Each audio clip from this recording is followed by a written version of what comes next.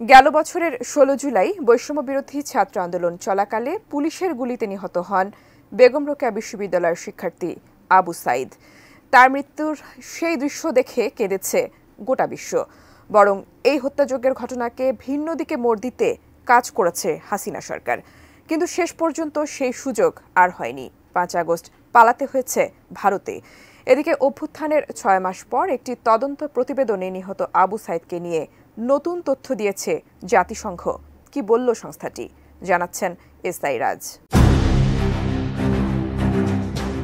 July August গণ অভ্যুত্থানের পর অন্তর্বর্তী সরকারের প্রধান উপদেষ্টা ডক্টর মোহাম্মদ ইউনূসের আহ্বানে গত সেপ্টেম্বরে বাংলাদেশে অনুসন্ধান কার্যক্রম চালায় জাতিসংঘের মানবাধিকার বিষয়ক হাই কমিশনের তদন্ত দল।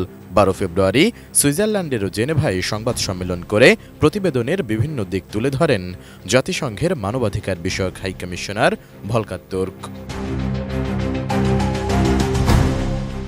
মানবাধিকার লঙ্ঘন, নির্যাতন সংক্রান্ত জাতিসংঘের ফ্যাক্ট ফান্ডিং প্রতিবেদন বলছে, বৈষম্যবিরোধী ছাত্র আন্দোলন চলাকালে গত বছরের ১৬ জুলাই বেগম রোকেয়া বিশ্ববিদ্যালয়ের শিক্ষার্থী আবু সাঈদের নিহতের ঘটনা পুলিশের বিচার বহির্ভূত হত্যাকাণ্ড। ভুক্তভোগী ব্যক্তি, প্রত্যক্ষদর্শীদের বর্ণনা এবং ভিডিও ফুটেজ বিশ্লেষণের ভিত্তিতে পুলিশকে সরাসরি এই হত্যাকাণ্ডের সঙ্গে জড়িত থাকার যথেষ্ট প্রমাণ পেয়েছে জাতিসংঘ। প্রতিবেদনে উল্লেখ করা হয়, পুলিশের প্রতিবেদনে দাবি করা হয়েছে যে বিক্ষোভকারীরা জোর করে বিশ্ববিদ্যালয় গেট দিয়ে প্রবেশের চেষ্টা করলে বর্তমান নিষিদ্ধ ঘোষিত সংগঠন ছাত্রলীগের সমর্থকদের সঙ্গে তাদের সংঘর্ষ বাধে। পুলিশ শিক্ষার্থীদের ছত্রভঙ্গ করতে গ্যাসের শেল এবং ফাঁকা গুলি ছোড়ে। পুলিশ জানিয়েছে, আবু সাঈদ তাতে গুরুতর আহত হয়ে পরে রংপুর মেডিকেল কলেজ হাসপাতালে মারা যান। তার মৃত্যুর কারণ হিসেবে মাথায় আঘাত ও গুলির চিহ্ন পাওয়া গেছে বলেও রিপোর্ট দেয় পুলিশ। কোটি মানুষের আস্থার ভালোবাসায় 11 বারের মতো দেশের ১ নম্বর রেফ্রিজারেটর ব্র্যান্ড ওয়ালটন। কিন্তু জাতিসংঘের তদন্ত অনুসন্ধানে উঠে এসেছে, পুলিশ ও ছাত্রলীগ সমর্থকরা লাঠিসোঁটা নিয়ে বিক্ষোভকারীদের ওপর হামলা চালায়। প্রত্যক্ষদর্শীদের মতে আবু সাঈদও মারধরের শিকার হন। এরপর পুলিশ বিক্ষোভকারীদের লক্ষ্য করে কাঁদানে গ্যাস ও প্রাণঘাতী মেটাল প্যালেট ভর্তি শটগান দিয়ে গুলি চালায়, যাতে বেশ কয়েকজন শিক্ষার্থী আহত হন। ভিডিও ফুটেজ ও প্রত্যক্ষদর্শীদের সাক্ষ্য অনুযায়ী পুলিশ গুলি চালানোর সময় আবু সাঈদ দুহাত প্রসারিত করে বুক টান করেছিলেন এবং কারো জন্য তিনি কোনো হুমকি তৈরি করেননি।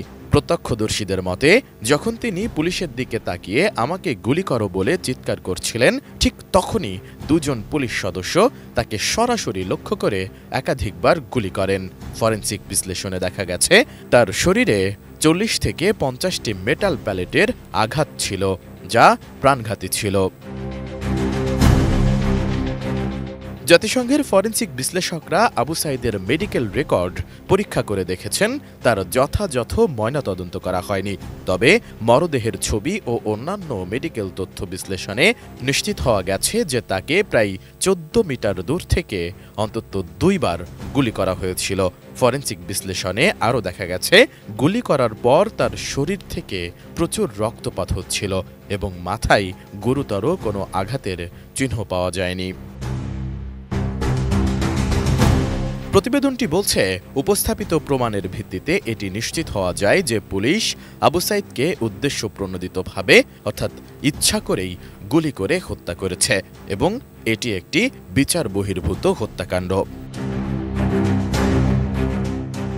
এসআই রাজ, এটিএন নিউজ।